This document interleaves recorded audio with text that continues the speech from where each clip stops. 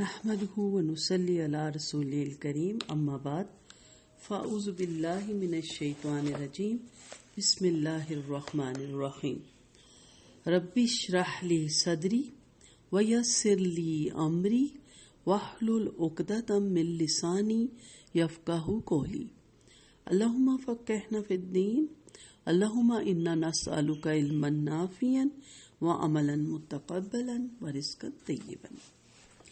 آج ہم آداب تلاوت سیکھنے، سمجھنے اور عمل کرنے کی کوشش کریں گے۔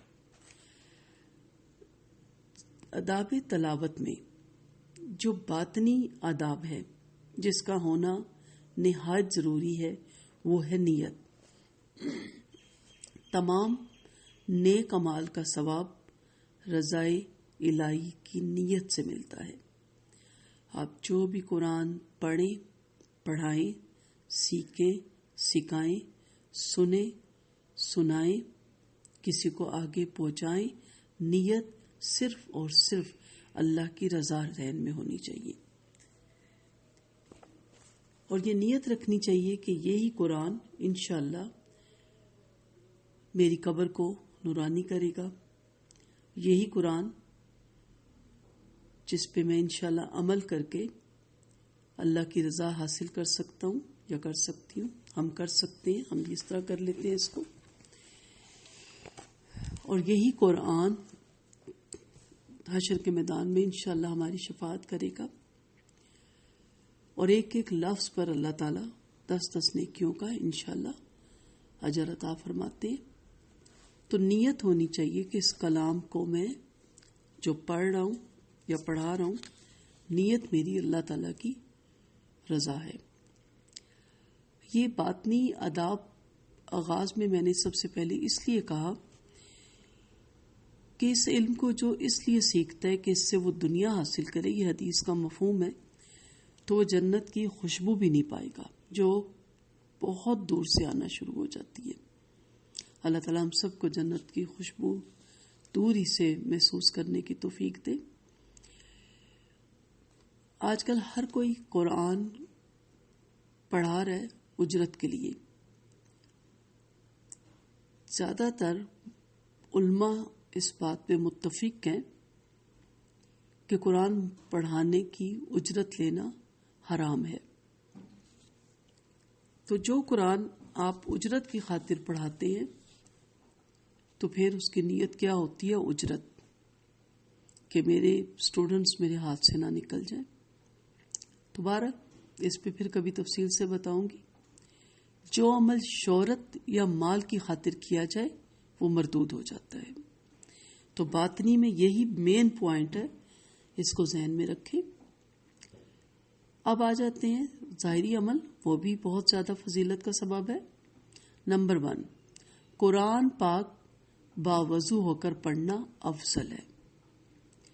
جب بھی آپ قرآن پڑھیں اپنے آپ کو باوضو رکھیں، سوائے ان کے کہ جو سیکھ رہے ہیں اور ایک ہی مجلس میں بیٹھ کے انہوں نے ایک آیت کو یا ایک رکوع کو 4-5 دفعہ پڑھنا ہے، اور خدا نہ خواستہ اگر انہیں کوئی ایسی بیماری ہے جس سے ان کا وضو نہیں ٹھہرتا یا بشری تقاضے کے تحت ٹوٹ جاتا ہے، تو وہ اس مجلس میں اس اپنی پڑھائی کو کنٹینیو رکھ کے اٹھ سکتے ہیں۔ ادروائز عبادت کی غرض سے کیا ہوا قرآن کی جو بھی تلاوت آپ کرتے ہیں عبادت کی غرض سے، اس کے لیے باوضو ہونا ضروری ہے۔ قرآن پاک جہاں سے بھی پڑھا جائے، دوسرا اس کا جو ادب ہے، پہلے تعوذ یعنی اعوذ باللہ من الشیطان الرجیم کا حکم ہے، اس کو لازماً پڑھنا ہے۔ جہاں سے بھی آپ قرآن شروع کریں، سورت کے آغاز سے کریں، سورت کے درمیان سے کریں، آپ نے تعوذ پڑھنا ضرور ہے۔ سورت توبہ کے سوا باقی تمام سورتوں کے شروع میں تسمیہ یعنی بسم اللہ الرحمن الرحیم پڑھنا ضروری ہے۔ تو جب آپ قرآن شروع کرتے ہیں تو اعوذ باللہ من الشیطان الرجیم بسم اللہ الرحمن الرحیم پڑھتے ہیں، جس میں اعوذ باللہ پڑھنے کا حکم ہے۔ اگر آپ درمیان سے سورت شروع کرتے ہیں تو تعوذ اور تسمیہ دونوں پڑھنا مستحب ہے۔ آپ نے کھولا اور بیچ میں سے کوئی رکوع شروع کیا تو مستحب ہے، ورنہ صرف تعوذ ہی کافی ہے. اگر آپ بسم اللہ نہ بھی پڑھیں تو کوئی حرج نہیں. مستحب پسندیدہ عمل ہے، ظاہر اگر پسندیدہ عمل ہے تو اس کا اجر بھی ضرور ہوگا، ورنہ آپ صرف اعوذ باللہ من الشیطان الرجیم پڑھ کے بھی شروع کر سکتے ہیں. یعنی اعوذ باللہ تو ہر صورت آپ کو پڑھنا ہے کیونکہ قرآن ہی میں اس کا حکم ہے. تلاوت کرتے کرتے صورت شروع ہو جائے تو صرف بسم اللہ پڑھنی چاہیے، وہاں پہ پھر اعوذ باللہ نہیں پڑھنا چاہیے. دوران گفتگو دوران تلاوت گفتگو سے پوری کوشش کریں بچیں. جب آپ شروع کرنے لگے تو سب سے کہہ لیں کہ کوئی کام ہے تو مجھے بتا دیں، پھر میں قرآن پڑھنے لگا ہوں یا ہم قرآن پڑھنے لگے ہیں. اور اگر بہت ضروری کوئی مسئلہ ہو جائے اور گفتگو کرنی پڑ جائے تو جب دوبارہ آپ قرآن شروع کریں، چاہے آپ نے ایک لمحے کو بات کی ہے تو تعوذ پڑھ کر شروع کریں. یہ اس کا ادب ہے. قرآن مجید تکلف سے پاک اچھی آواز میں پڑھنے کا حکم ہے.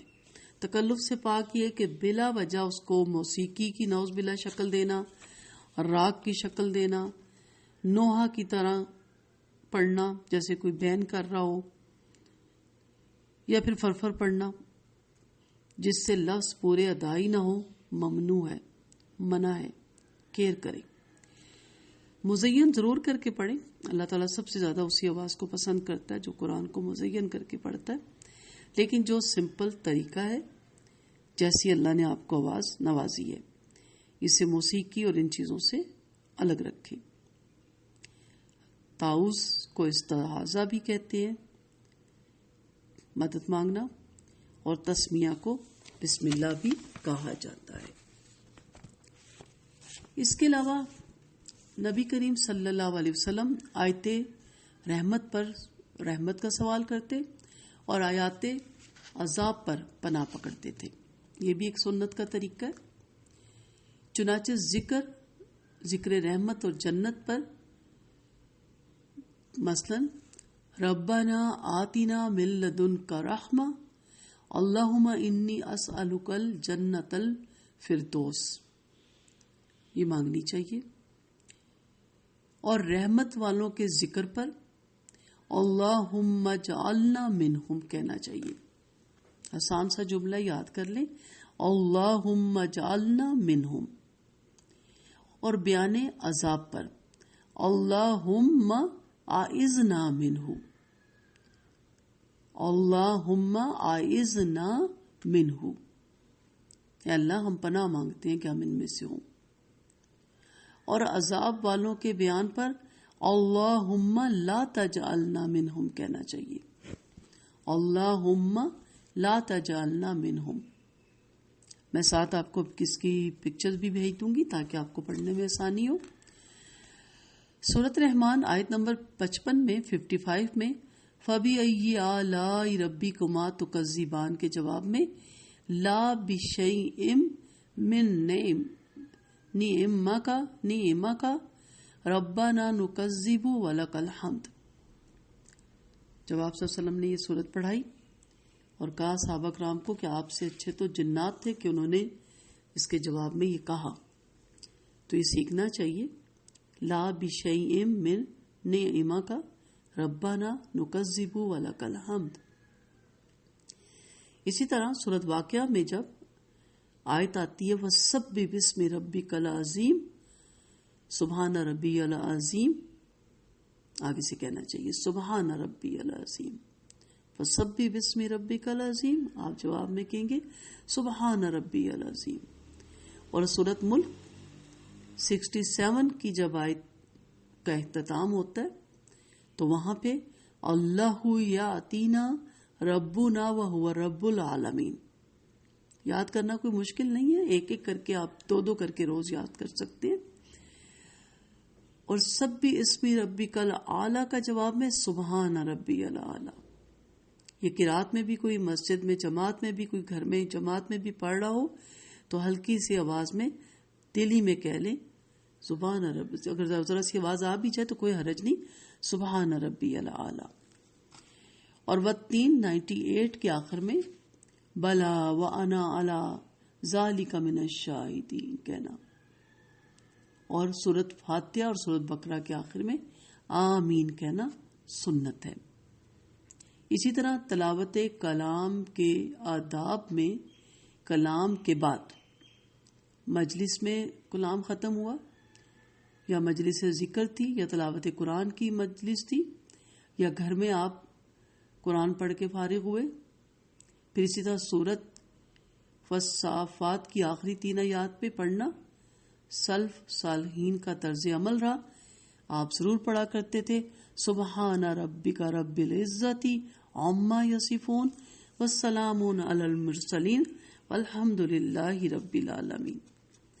جب قرآن پاک مکمل کیا جائے تو بہتر ہے کہ قرآن پاک کی اسی وقت ابتدا کر دی جائے، سورۃ فاتحہ اور سورۃ بقرہ سے المفلحون تک پڑھ لیں تاکہ نیت شروع ہو جائے کہ ہم دوبارہ قرآن کا آغاز کر رہے ہیں۔ زندگی رہی تو انشاءاللہ مکمل ہوگا، زندگی نہ رہی تو کم از کم ہمارے یہ ہوگا کہ ہم نے قرآن کا آغاز کر دیا تھا۔ اللہ تعالی ہم کو باعمل کاری بنائے اور قرآن کے آداب سیکھنے، سمجھنے اور ان پہ عمل کی توفیق عطا فرمائے۔